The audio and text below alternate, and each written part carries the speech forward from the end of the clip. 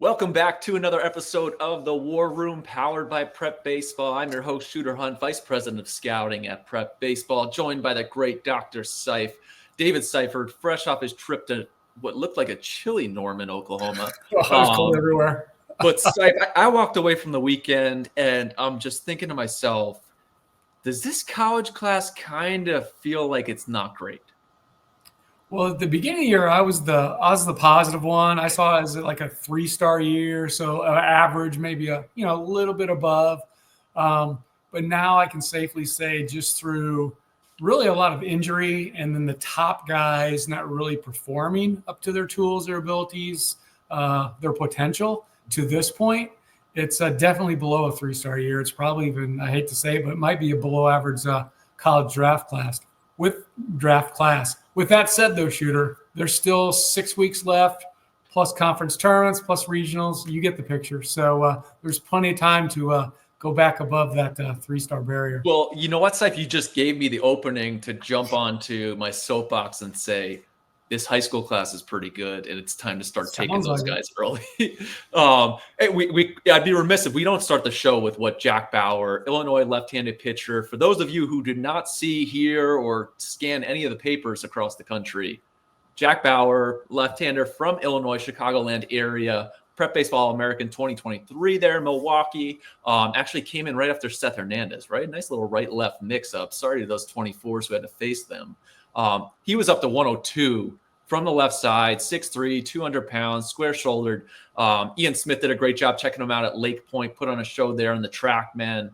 It's really shuffled up and reset this market. We've talked about in the past, and he was in the article with the update to the draft board, the fact that there is depth in the left-handed side in this prep class, tons of value. And you talk about a left-hander throwing 102. I think I saw a stat like only 3 American-born left-handed guys have like hit those numbers ever, which is astounding.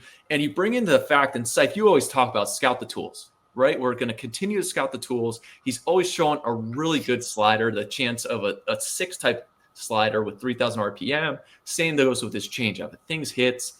His junior campaign was not as good. Things weren't clicking, didn't come together well, kind of needed some time off, got into the lab, did a great job. I don't have the guy's name, but like great job in the lab with the dude who he goes to lessons with, because he came out in the spring and made a loud statement and kind of stamping himself as a first-round follow right now, and a guy that teams are scrambling back to have to see.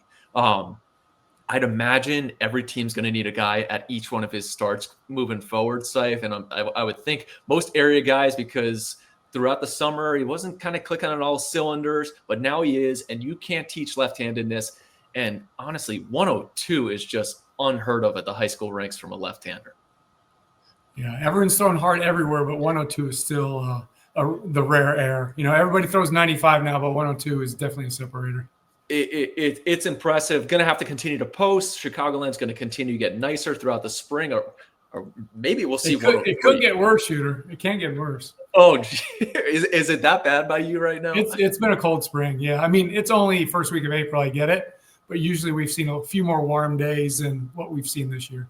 It's the last thing I had. One guy telling me is like, Illinois is really it's been a recent string, and I'm like, I don't think it's all that recent. I think historically, year after year, Illinois just produces guys like this, and I seem to always think that the arms are going to pop. And I would say the recency of, hey, finding cold weather arms, Illinois guys, where you go in, you can find some guys like this, or not. I guess you can't find guys like this. This is literally the first time we've seen a guy do something like this. But those arms continue to pop. It's something to maintain. We keep talking about Brandon Shannon, all these great arms that are coming out of Illinois and these cold weather states. But let's shift over to what you got a chance to see. And in person, I was watching in the command center, little Thursday through Saturday action. I love the SEC Thursday stuff. It is like my favorite, like sets the weekend. It's everybody's watching those marquee games. And you got a chance to see Kate Anderson, left-hander for LSU, just put on an absolute show there in Norman in a huge matchup between Oklahoma and LSU. Tell me about what Kate Anderson did and what you're seeing from the draft side. Well, it wasn't quite like when I saw Hagen Smith last year, as you remember, for Arkansas at Global Life Field. I think that was week 2, where Hagen was just phenomenal, best outing I've ever seen. But Kate Anderson certainly put up a top 10, maybe even top 5 worthy performance. Just 4 pitches for strikes. If you look at the metrics going into that game, they were good. They weren't just great, but his curveball was outstanding. His changeup's always been his best pitch. That was a plus pitch. The curveball played as plus more often than anything else. And he also had 2 versions of his slider, just the traditional slider that you throw, just a traditional right on right, but then on left for his, or I guess left on right in his case, but just the traditional breaking one. But then he slurved it against lefty. So he was really throwing 5 pitches up there, a couple ones with his fastball, kind of worked down in the zone early with it and then started riding at the letters in the later innings. But only downside of his outing, he threw 135 pitches in the cold. Probably not the best thing for anyone. I also read an article where there's been no major league pitcher that's thrown over 135 pitches in a game for 5, 6, 7 years or something like that. So kind of unprecedented air where Kate Anderson went. Man, I really hope he bounces back and continues to bounce back, week after week, because if he continues to perform and show this stuff, he's a top 5 overall pick. Wow. For me. Yeah, I mean, he's left-handed. He's 6'3", 200. He's athletic. He's competitive. He's smart. High pitchability. Like, his pitches make sense. His sequences make sense. Some he's calling, some he's doing, some the coaches are calling, but just how he sequences, just how he knows what to do with what pitch at the right time. Like I was saying, like, everybody knows left on left, slurve it a little bit more than just slide it, right? Things like that. But he just goes even beyond that, just beyond that. And plus, the guy fields his position, like I mentioned. He made several just outstanding plays that most lefties or most pitchers really wouldn't have a chance to make, especially him being left-handed. Is there any chance I gave him he was like my sleeper 1-1 potential guy? Probably not 1-1 because I thought that was a little aggressive when we came out in this the new year after I'd said it in like July or so. I'm like, Kate Anderson 1-1, keep an eye on it. But the fact that he could be a top 5 pick is astounding with what he's done. Yeah, and keep in mind too, I mean, he's good. He was really good. He pitched in this game better than he has pitched all year. So, you tend to get overexcited by that. So that's why I can't really say he's 1-1. But I will say he could be 1-1 if he continues to do this. I mean, it was a 92, 95 mile per hour fastball. It was still 93, 94 in the ninth, after 130 pitches. It was a plus curveball with really good depth that he's repeating for strikes. It was a swing and miss changeup early in the count, late in the count, you name it. And again, two versions of the slider. So it's 5 pitches, great feel, strike throw. I think he only walked 2 guys. He struck out 14. So if he continues to do that, which that's really hard to do, yeah, you might talk about him 1-1. But the other part of that is, and I don't say this negatively, but nobody has really taken the mantle to be that guy this year. There's been a lot of guys. Oh, yeah, Arquette, he could be 1-1. Early it was Lavallee. He could be 1-1, right? A lot of people early, not us included, but Liam Doyle. Oh, he's number 1 overall. So there's been a lot of guys that have great performances or thought to be that guy, but nobody's really taken it and ran with it. Now Anderson, we'll see if he can do it.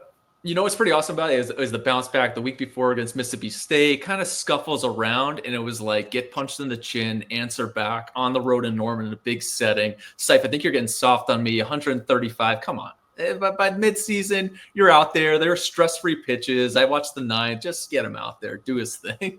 Yeah, I originally tweeted 137 because I'll follow along, obviously. But then the game tracker, on the computer said 137. So I actually tweeted 137. It was announced at 135. So I'm not sure if there's 2 extra pitches or I was 2 over. But yeah, it was mid 130s, baby. How about that for you?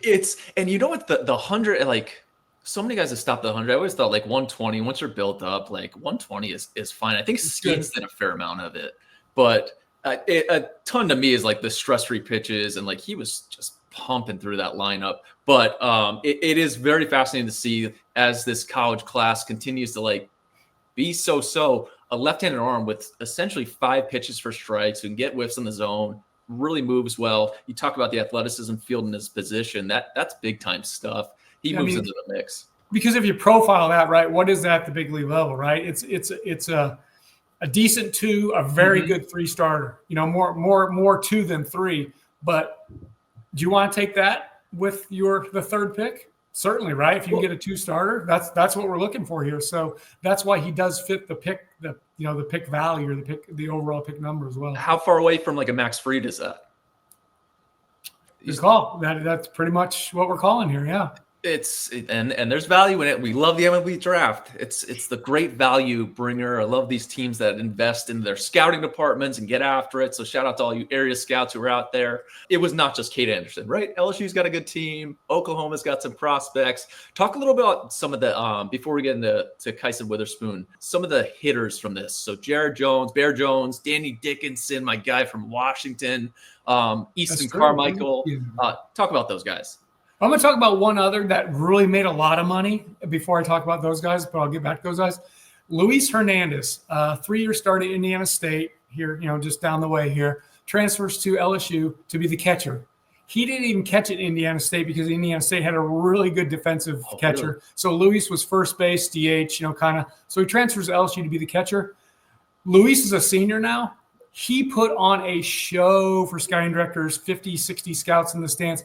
He made himself, I'm not saying he made himself $1 million because he's a senior. He's going to get what he gets really, but he made himself some money. He took it and ran with it. He's actually a solid receiver, 45, 50 arm back there. He does a good job. I mean, he is good enough to catch, like continue catching at the next level, but he must have had 6 or 7 hits in the series and he had 3 on Thursday night. So he was the eye opener amongst all these other, the big names you just mentioned. So I'll jump right into Jared Jones. True story. I tell it like it is. I saw Jared Jones, 2 summers ago in the Cape Cod League, and he was in the home run derby using the pink bat. And I'm kind of look at this guy, look at his numbers. He's hitting bombs, 420 feet in the home run derby and what have you. But you look at his numbers, he's hitting like 220, ton of strikeouts. I think striking out like at 30-some% of the time, just not sustainable or not even like how do you even go from here? Well, I'll tell you what, Jared Jones, Ethan Petrie, and Lavallee kinda, those are 3 of the names that we looked to the 2025 season like, hey, they got a strikeout rate 25, 26%. Can they reduce that to below 20, but either maintain or improve their ISO? Because not too many people can do that. Not too many people can significantly lower their strikeout rate and raise their ISO. It's hard to do, but Jared Jones has done it. I think he's sitting 17, 18% strikeout rate. His ISO is higher than ever. Again, Petrie's done it as well this year, so it's not unprecedented, or he's not the only one, but just Jones's development as a hitter and not just a swing and miss masher or swing and miss slugger, that has been really fun to see. He's turned himself into a top 30, top 25 college pick. Okay. And he's probably, I kind of call him McGuire 2.0 because he's big, stiff, a little stiff, strong, kind of like Mark McGuire. And Oakland's got a comp pick in there. So like, hey, let's put the 2 together, But Jared Jones was super impressive. The most impressive thing he did, I forget if it was the fourth inning. It was LSU's first run of the game off Kyson Witherspoon in the Thursday night game. 2 strikes, 2 outs. Witherspoon paints the outer edge with a slider. I think it's a 2-2 slider. Painted shooter, painted right on the black, maybe an inch off. Jones stays behind it, flicks those strong wrist forearms, line drive into right field, drives home the run, makes it 1-0 LSU.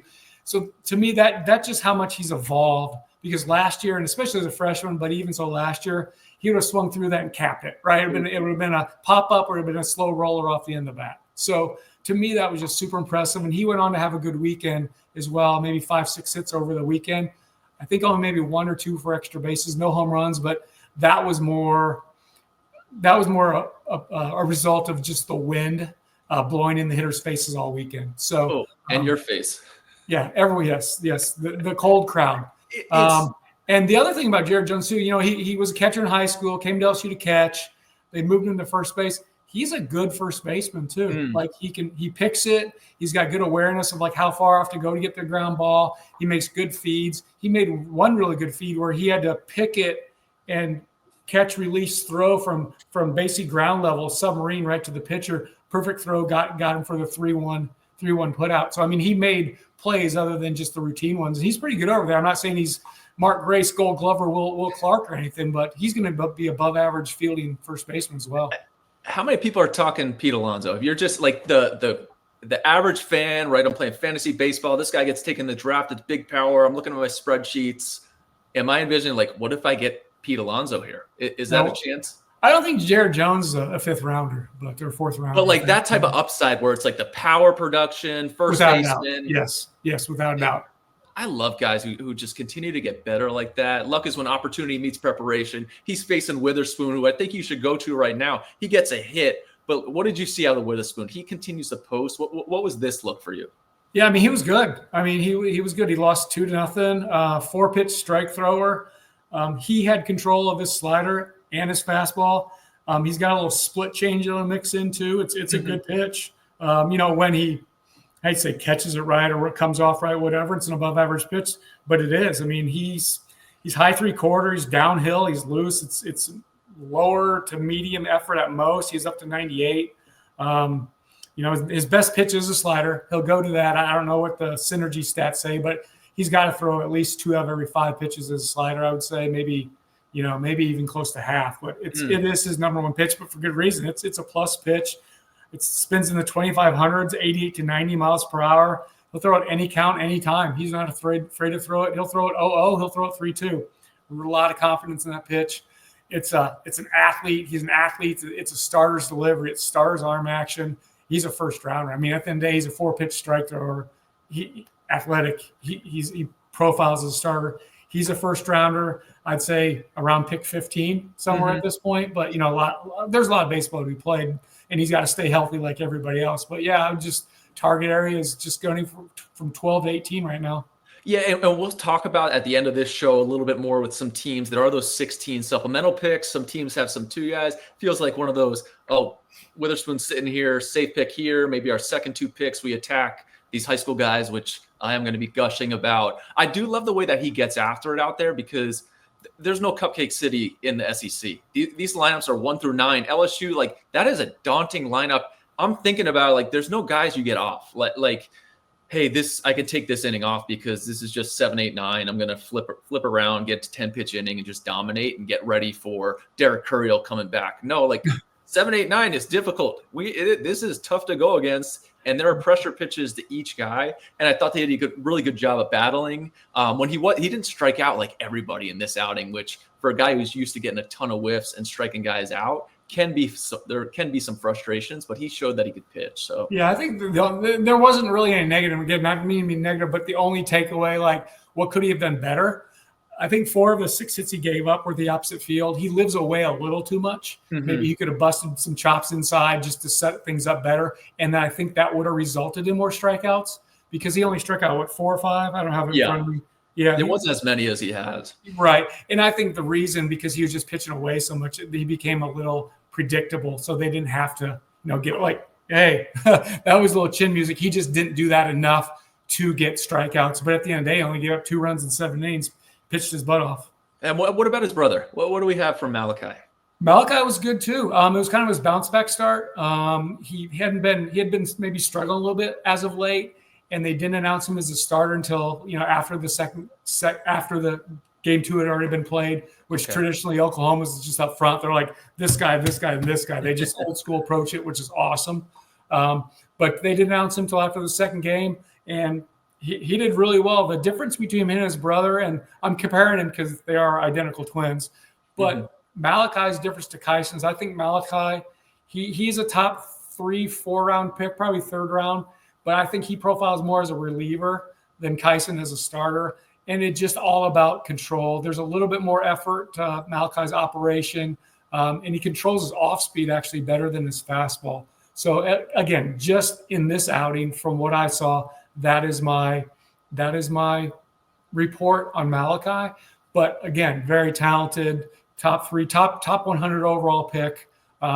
His arsenal is very similar to Kyson's. I mean, his fastball is up to 90. I think it was up to 98, but I think it's been up to 99 this season. Slider's his best pitch. I mean, they have a lot of similarities. They're both very, very competitive. I would say Kyson has maybe a little bit of more competitive spirit in them, but both are above average to even plus of just getting after it.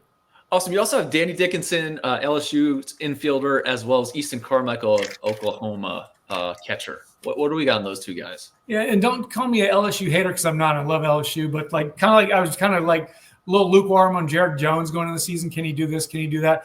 I was kind of the same way with Daniel Dickinson. I can look at his Utah Valley stats. I get it, right? It's thin air. It's a different. It's the WAC and not the SEC. So I was a little skeptical. I saw him over the summer in the Cape.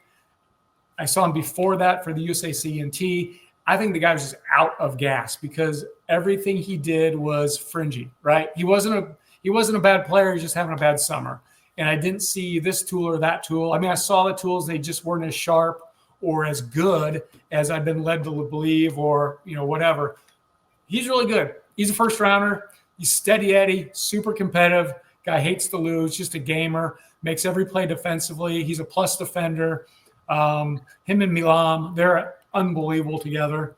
Again, it was. I think the broadcast, they were talking to him the best middle infield LSU's ever had, and I was like blown away by them saying that because I can rip off some names for you. It's pretty special. I mean, I've never seen Dickinson play shortstop, but he could. I would see what I'm saying at seeing at second base. He can play shortstop in the pinch. I mean, he's not going to play there every day with his arm strength. It's not a bad arm. It's just not enough to play every day as a shortstop. And he's got good hands, good range. Again, he makes all the plays. At the plate, he sees the ball really well. He's very balanced. He tracks it well. He doesn't swing and miss very much. He doesn't chase very much. Puts the bat on the ball. I had been hearing he had like plus power. And I looked at last year's numbers, and I think he had like 119 max exit velocity. There's no way that's accurate because his 90th percentile was like 7 miles per hour less than his max, which that just doesn't happen. Yeah. And this year, I think his max exit velocity is right there in the average range. So He's got average, maybe a little bit above raw power, but he's a complete, well-rounded player. I mean, there's nothing he doesn't do. There's nothing he does exceptional other than just play the damn game, and that's what it's about. So it's very PNW of him. Like, and I always think those Washington kids are kind of late bloomers, especially the hitters. I played with the guy Matt Haig way back, who was a big leaguer. I think he's in Oregon right now, a hitting coach. But he was like that Washington kid, just knew how to hit and was just gritty, get in the box, gets it done. This guy just needs at bats. Danny Dickinson, I continue to root for him because of the advancements he's made since like 2021. Each year he steps in there, and I think he's a real it was just a great, I don't want to say pick, but like a great portal selection by Coach Jay Johnson and those guys who've done a great job with that lineup. Yeah, and I didn't mislead our listeners here. There were a couple home runs. I totally dropped the ball on that one. Dickinson had one. His was super impressive. It was 100 mile per hour exit velocity into the wind. It went 368 feet to his pool side. So it was a blast. I just totally forgot about his. And then Pearson had one as well. Actually, Pearson had two. So my memory gets the best of me. But so there were home runs. It just wasn't the best weather to hit in, that is for sure. You talked about Malachi with controlling the off speed. I got another chance to watch Tyler Bremner this weekend, who, again, super changeup heavy. I actually think, and you could talk to me about like sometimes the pitch selection and what he wants to go to. It felt like very predictable changeup count. Like it was just very rarely back-to-back fastballs. And I think the inner half is something that you start getting late into the year, right into conference play where each pitch seems to matter. You don't want to miss or hit a guy, and you start thinking about stuff like that as a pitching coach. There was very rarely did he throw two fastballs back to back, and everything was up in the zone, getting whiffs or out of the zone, up and out of the zone, but a ton of changeups. The slider did not play quite as much, but I was just curious with the pitch selection. Do you ever note stuff like that with what is going on here? It just seems very predictable. And now he pitched well in the game, results wise. But I think about like, if you're going against an LSU lineup, like we're going to eliminate stuff really quickly and just look for this. Right. And that's kind of what I mentioned before. Like they tended to pitch away a lot. And I think that's what you tend to do against LSU, right? You respect their power. You want to stay away from them. I just think the predictability just came into play where it was just too much, right? There's just too much. And even if you throw in and you hit a guy, that's pretty valuable, right? I know you just put him on base, but at least it sets something up for further down, in the game. Now, we have on here just to talk about bringing in the high school side of things. Is this college class good? Are we kind of sifting down a little bit with this thing? Will standings dictate picks closer to the major leagues? Talk about that Doyle example. Well, like, for example, Liam Doyle, right? If the Angels Los Angeles Angels, they pick 2. If they go true to form, they get the guy who's closest to the big leagues, right? So Doyle probably is that guy, although Anderson was darn good. And I know the other lefty, Jamie Arnold, is darn good too. So, right. So left-handed pitchers are usually, the polished ones are usually pretty quick to the big leagues. So true to form, Liam Doyle could be that guy, right? He's, especially if the Angels are in a playoff race, which they probably won't be, but if they are, that just lends it even more. Hey, let's go get an instant bullpen arm like Garrett Crochet, right? Throw him in the pen. He's there for the postseason. So I can see that happening. It just depends who's picking, what they need, what they want. If they're further away, I know it's July 12th. You can be out of the playoffs on July 12th, right, Shooter? I just talked about the White Sox. They pretty much, right? Like that's tough. But they may just go with the high school. Let's go for development. Let's take the best prep kid that we have evaluated right here. So it's Wild West, baby. That Angels pick, after our last week's show, we talked about Seth Hernandez. I started thinking about like Hunter Green to the Reds at pick 2. The Angels are picking at pick 2. If they start thinking, hey, we're going for the future, we've had some success with these guys, local kid, Trout's actually hitting home runs. This is really wild, but like trade Mike Trout. He's having a good year. Somebody takes that on. They start planning for the future. We shall see. But I do think that it's very rare. Like you have to go back to Hunter Green for that second overall pick back in 2017, where he and Royce Lewis went back to back there in Southern California. But there's a chance this high school crew, and I do want to pivot over because there have been some good shortstop play in the college class, right? We talked about Arquette kind of coming back down. I didn't think Friday he had great at bats. I was watching his game against Irvine. He and Caraway, and even Caraway to an extent, has kind of come back into where he may even go back to school, right? You look at what Bear Jones did as a soph, go back to school and prove that stock. There's potential that he can do that because you know how much of a fan I am of Caraway's and what he can do. But talk about some of the college shortstops, the Lodices, even talk about Merrick Houston, a potential top 10 pick. Are we looking at potentially there, or are we looking more 12 through 18? I would think Houston has played his way up into consideration there for sure. Whether he goes there or not, that's just a function of who else is there and what team is picking, right, and what they're looking for. But, yeah, I definitely think, especially early with Houston. But overall, I mentioned nobody has really grabbed the mantle and to run with it to be the number one college guy. With that said, there have been a lot of injuries. But with that said, I wrote something after the third week, I think, of the college season about how the lefties and middle infielders have really stepped up. Mm-hmm. And that part of the season is continued to play out that way. The Lodices, Kyle from Georgia Tech and Alex from Florida State have been outstanding.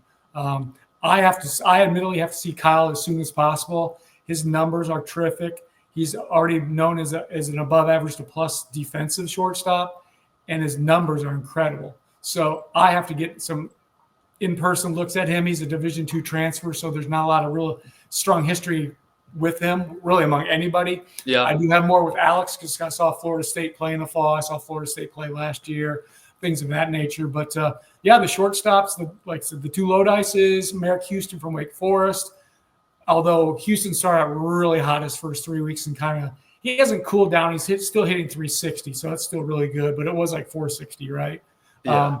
Aloy from Arkansas, continues. He's probably – him and the Lodices have been the most consistent. Aloy's just hit 370 from the start. He's still hitting 370. There really hasn't been too many peaks and valleys with him. But he hits power. He's another guy, in addition to Jared Jones and Ethan Petrie, that have lowered their strikeout rate, increased their ISO. And he does it at shortstop. So he's risen from maybe a late second rounder to Eloy as a first rounder. How far up just depends on the rest of the season. Again, staying healthy, things of that nature. But yeah, it's been a really good spring for numerous shortstops playing their way up. And it's interesting because the high school class, which I think is really strong, I think there's tons of value in this high school class this year. And shifting over to the actual draft, I was going through the board, looking at all these picks, and to me, things are going to get really interesting when you get to pick 18. So pick 18, Seif, just for context, the Diamondbacks pick at 18, the Orioles pick at 19, the Brewers pick at 20. Now, the Orioles will pick at 19, 30, and 31. The D-backs will pick at 18 and 29. The Brewers will pick at 20, 32, and 33. That's also adding the Royals at 23 and 28, Tigers at 24 and 34. The collective draft, so you kind of have to look at it as a whole. Like, what can we grab with these picks? Now, I'm curious to ask you, how many teams will be sniffing around? Like, who do we think these guys will take? Because I do think there's some players that will be on the board at 18, 19, 20 who will not get there at 28, right? The Padres are sitting at 25. The Phillies are sitting at 26, which I think is a really fascinating pick. And you start thinking about, I think we had Aiden West in the last mock draft, but like it's kind of interchangeable. You have Aiden West, Gavin Fiends, a kid in Southern California, I think can come into play here at 25, 26, 27. Slater DeBrun out by me in Oregon, an outfielder, left-handed bat, kind of similar to some of the guys that the Phillies took last year. JoJo Parker, who I think is moving closer. I'm getting really close to slam dunking and putting a shooter stamp on a first rounder for JoJo Parker because the adjustments that he's made from the Super 60, there was one little thing I thought that he could do, and he has done it. And honestly, he looks like this year's Carter Johnson to me. Like the way Carter Johnson, we felt about him last year, they're very similar, kind of putting things together. The foot speed's not elite, but like still a 6'6" runner, confident kid. I think the more guys sit down with JoJo Parker, they're going to love it because that's what I got out of both Parker brothers.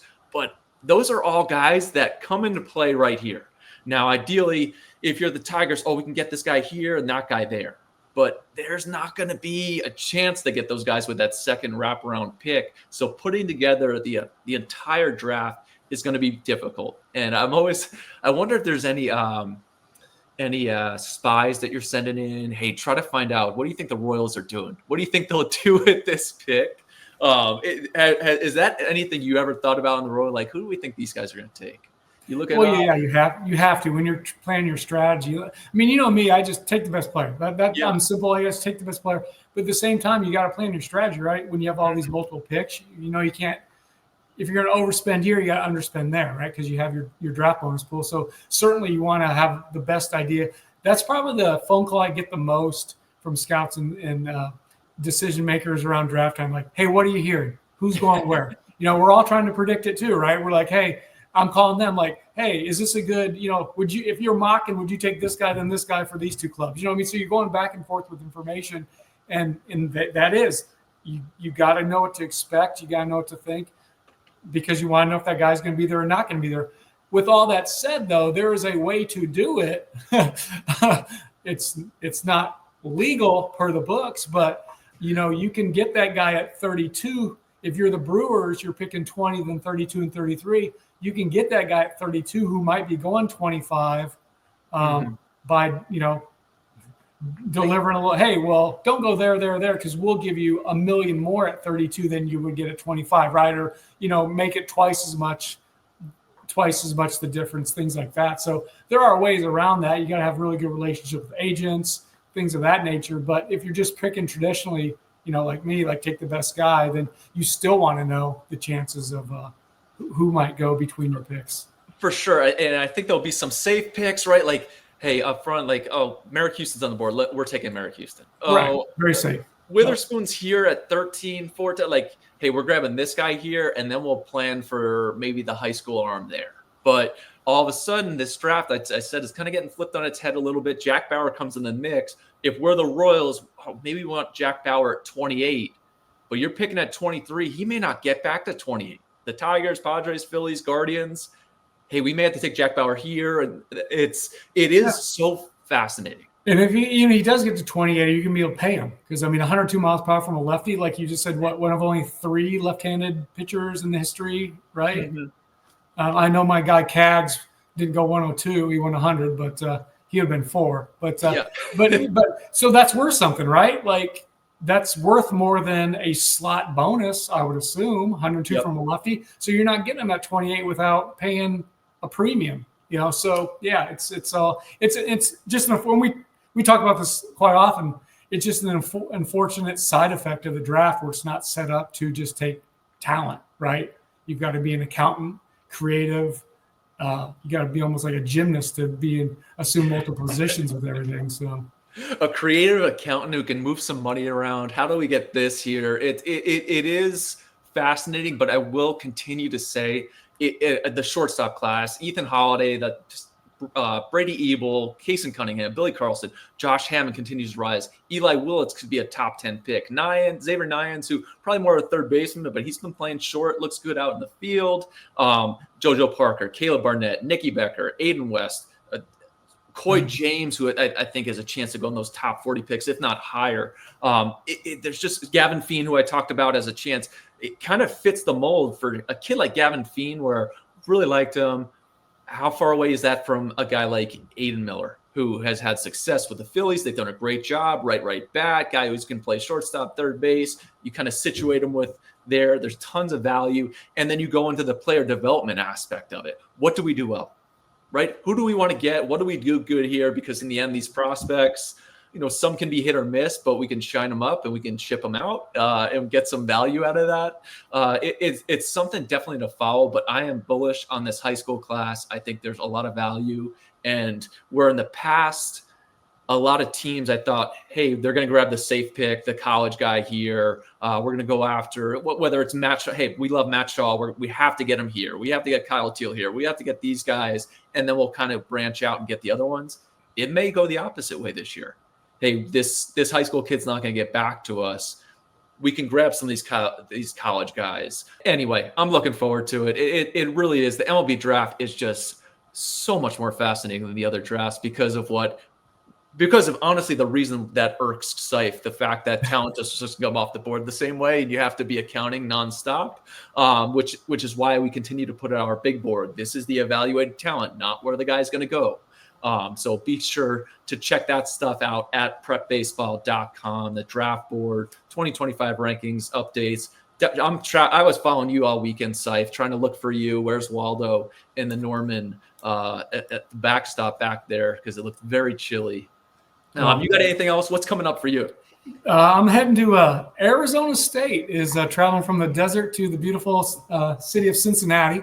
I'll be over there on Friday.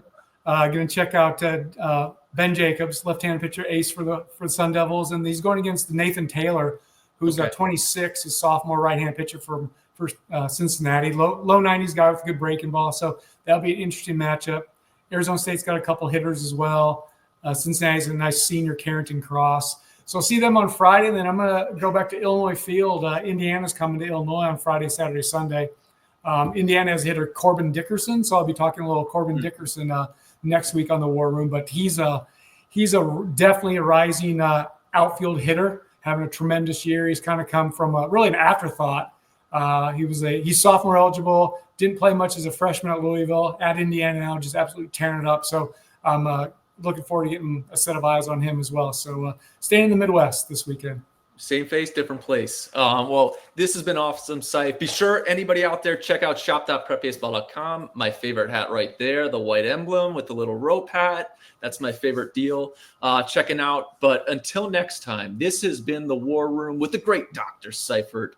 And until next time, we will see you at the ballpark.